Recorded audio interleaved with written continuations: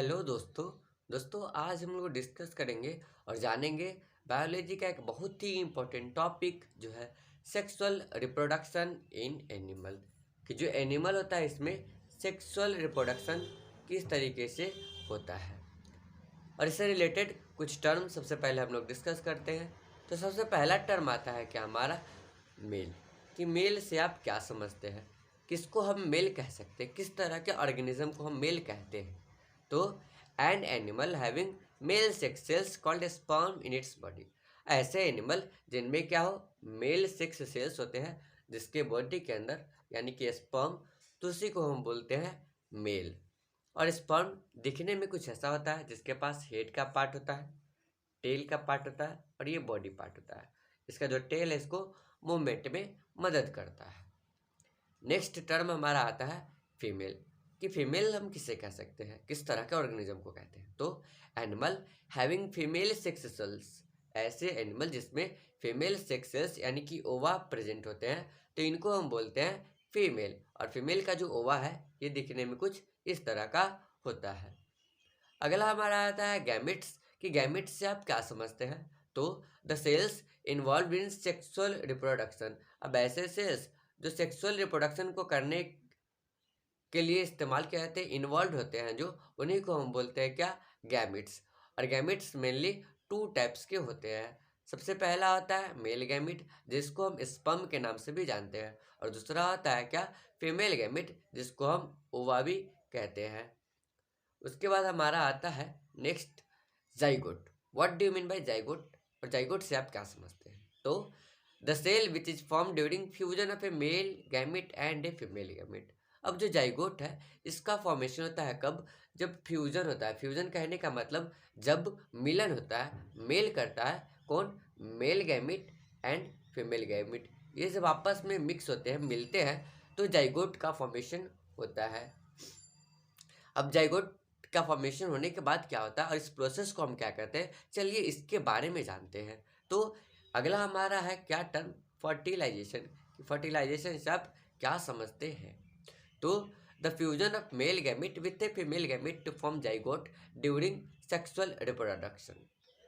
अब क्या होता है फर्टिलाइजेशन वह प्रोसेस है जिसके थ्रू जाइगोट का फॉर्मेशन होता है, यानी कि फ्यूजन होता है मेल एंड फीमेल गैमेट का सेक्सुअल रिप्रोडक्शन के अंदर। यहाँ हमसे गलती से ए सेक्सुअल लिखा गया तो इस ए को काट देते हैं। सेक्सुअल रिप्रोडक्शन के अंदर तो इसको हम बोलते हैं क्या फर्टिलाइजेशन। यानी कि मान लीजिए कि हमारे पास ये क्या है, एक एग है और ये इसकी इर्द गिर्द क्या है मेल सेक्स सेल्स है यानी कि स्पर्म।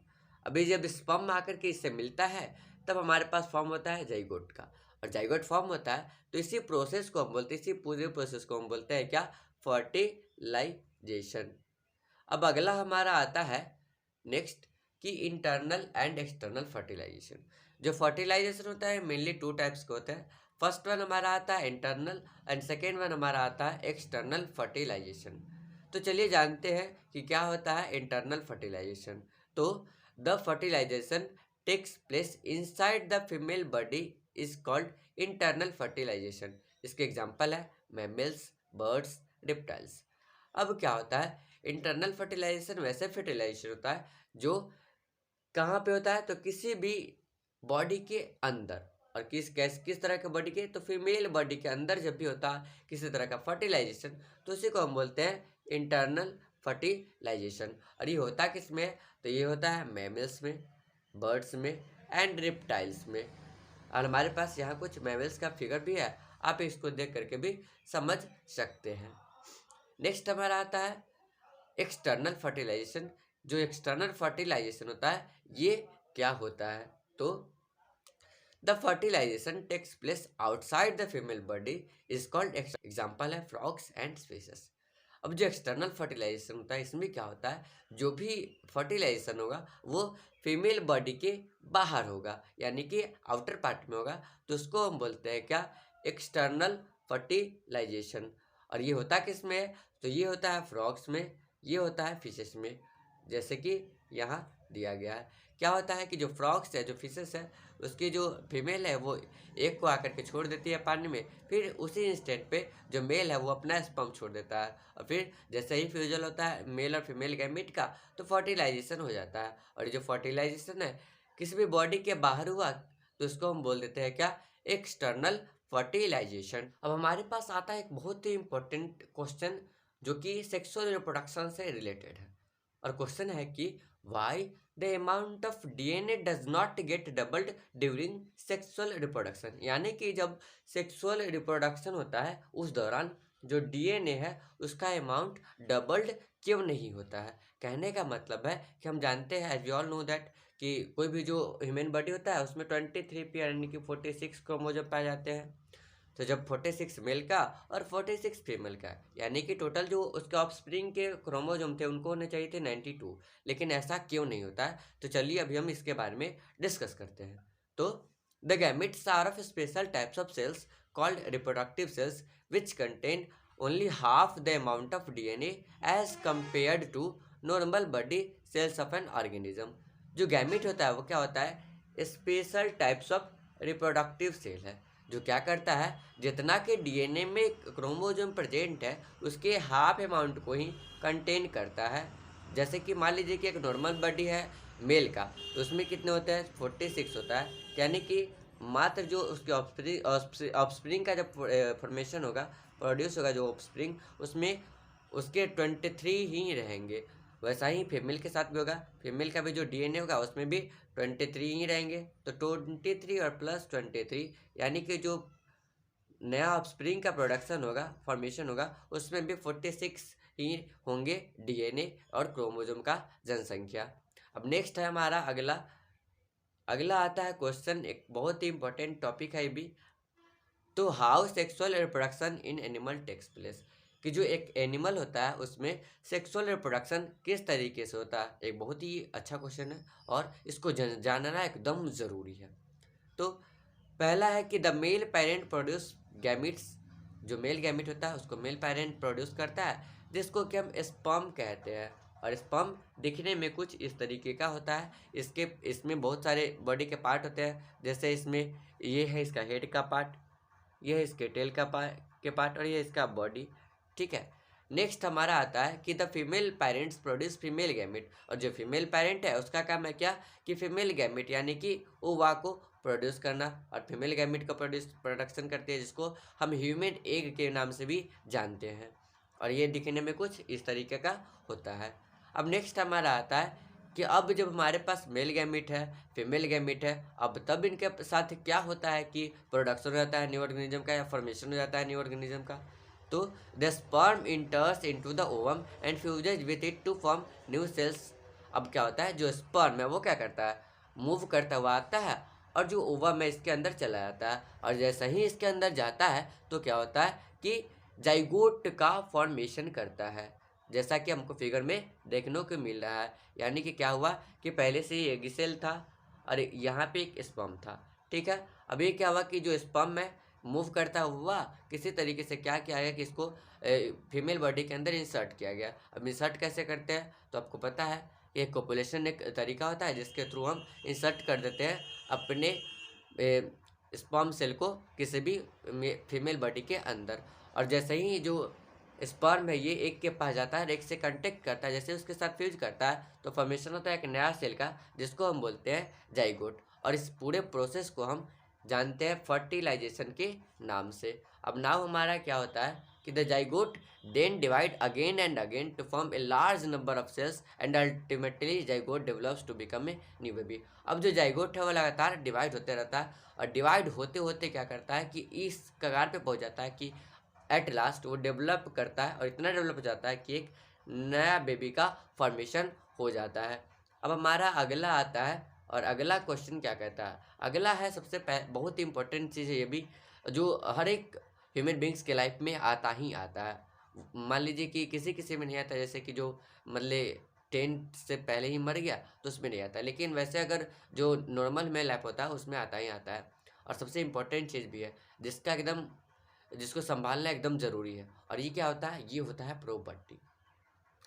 प्यूबर्टी जो है क्या, the age at which sex hormone begin to produce and the boy and girl become sexually mature. अब क्या होता है, प्यूबर्टी एक तरह का एज है जिस एज में जो गर्ल और जो बॉय है इसका जो सेक्स हार्मोन्स है वो प्रोडक्शन होना स्टार्ट हो जाता है और सेक्सुअली गर्ल और बॉय क्या हो जाते हैं, मेच्योर हो जाते हैं। मेच्योर कहने का मतलब एबल हो जाते हैं कि प्रोड्यूस करने के लिए ऑफस्प्रिंग को।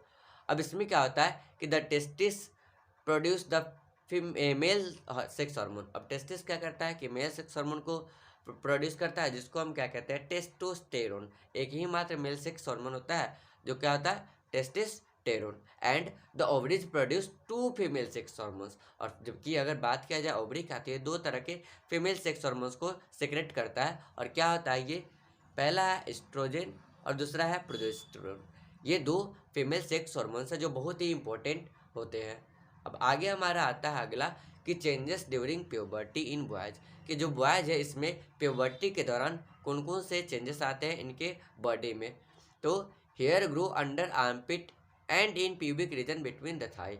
जो हेयर है वो ग्रो करता है कहाँ पे, अंडर आर्मपिट, जो आर्मपिट का एरिया है यहाँ पे, और जो थाई के बीच का जगह है वहाँ पे भी, जिसको हम प्यूबिक रीजन के नाम से जानते हैं, वहाँ पर भी क्या होता है, तो हेयर जो है ग्रो करते हैं। नेक्स्ट आता है hair grows also on other part like chest and face. अब हेयर जो है जैसा कि आपको फिगर में दिख रहा है कि चेस्ट पे भी और फेस पे भी हेयर का ग्रोथ होता है। तो अगर फेस पे हो रहा है तो उसको हम मुस्टाच या बियर्ड के नाम से जानते हैं, और चेस्ट पे होता है तो उसको चेस्ट का ही हेयर कहते हैं। उसके बाद क्या होता है कि body becomes more muscular due to development of muscles. अब इसी एज में जो प्यूबर्टी का एज होता है, इसी में कोई भी जो बॉयज होता है इसमें मसल्स का फॉर्मेशन होता है और डेवलपमेंट हो जाता है इसके बॉडी का, और मस्कुलर हो जाता है बहुत ज़्यादा उनका बॉडी। अब क्या है कि the penis and the testis become larger, और इसी एज में पेनिस और जो टेस्टिस है वो क्या होता है, लार्जर हो जाता है। The testis starts to make sperms. अब जो टेस्टिस है यह क्या करता है, स्पर्म्स को बनाना स्टार्ट कर देता है। अब यही कुछ चेंजेस थे, इसके अलावा भी बहुत सारे चेंजेस हैं, लेकिन ये कुछ मेन चेंजेस थे जो एकदम होते हैं किसी भी बॉयज़ के अंदर और जो ज़रूरी है हम लोग को पढ़ना।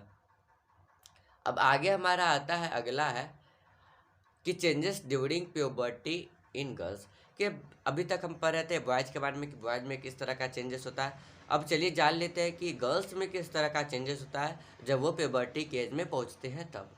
तो hair grows under armpit and pubic region, जैसा कि बॉयज में होता था कि उनके आर्मपिट और प्यूबिक रीजन के अंदर क्या होता था कि हेयर ग्रोथ करता था, वैसे ही गर्ल्स में भी होता है कि इनके भी आर्मपिट और प्यूबिक रीजन पे ग्रोथ होता है हेयर का। अब उसके बाद क्या होता है कि memory gland develops and enlarge. जो मेमोरी ग्लैंड होता है, जो ब्रेस्ट होता है, वो क्या होता है, डेवलप होता है और वो बड़ा भी हो जाता है। अब नेक्स्ट है कि फेलोपियन ट्यूब्स हुआ या यूटेरस हुआ, ये सब भी क्या होता है, फेलोपियन ट्यूब्स, यूटेरस और वेजिना जो है ये सब भी इनलार्ज हो जाते हैं, यानी कि जैसा इनका बचपन में रहता है साइज उससे काफ़ी ये बड़ा हो जाते हैं। अब है एवरेज स्टार्ट टू, जो ओवरीज है वो क्या करता है, यहाँ गलती से एवरेज लिखा गया है, यहाँ पे होना चाहिए था ओवरीज। और ओवरीज क्या करता है, ये स्टार्ट करता है एग्स का रिलीज करना।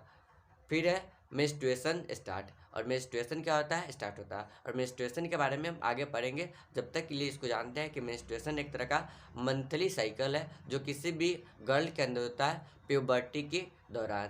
तो अभी तक हम लोग डिस्कस कर रहे थे क्या जो सेक्सुअल रिप्रोडक्शन होता है एनिमल में वो किस तरीके से होता है।